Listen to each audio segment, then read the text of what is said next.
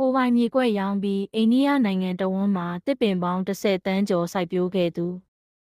ရာသီဥတုပူပြင်းလာမှပဲတစ်ပင်တွေရဲ့တန်ဖိုးကိုလူတွေပိုသိလာကြတာများတယ်အိန္ဒိယနိုင်ငံမှာတော့တစ်ပင်တွေဘလောက်တန်ဖိုးရှိလဲဆိုတာကိုလူတွေသတိထားမိလာအောင်လုပ်ပေးခဲ့သူတဦးရှိပါတယ်သူကတော့ဒါရီပါလီပါပဲသူကအိန္ဒိယနိုင်ငံအနှံ့မှာတစ်ပင်ပေါင်း10တန်းကျော်စိုက်ပျိုးခဲ့တဲ့ငယ်ငယ်ကလေးကအမေဖြစ်သူရဲ့တွင်တင်မှုကြောင့်တစ်ပင်စိုက်ဖို့မျိုးစေ့လေးတွေစုထားတတ်တဲ့ဒါရီပါလီဟာတဘာဝပတ်ဝန်းကျင်ထိန်းသိမ်းစောင့်ရှောက်သူအဖြစ်နှစ်90ကျော်ဆောင်ရွက်ခဲ့သူပါ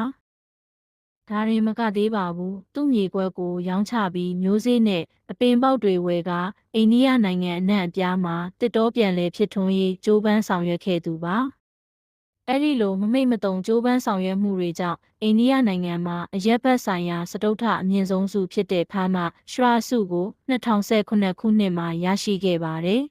။ဒါရီပါလီဟာပြီးခဲ့တဲ့ဧပြီလ12ရက်နေ့ကအသက်89နှစ်အရွယ်မှာကွယ်လွန်ခဲ့ပေမဲ့သူချန်ရိတ်ခဲ့တဲ့တဘာဝပတ်ဝန်းကျင်ထိန်းသိမ်းကာကွယ်ရေးစိမ်းလန်းဆိုပြေးရေးအမွေအနှစ်တွေကတော့ဆက်လက်ရှင်သန်နေမြဲပါပဲ။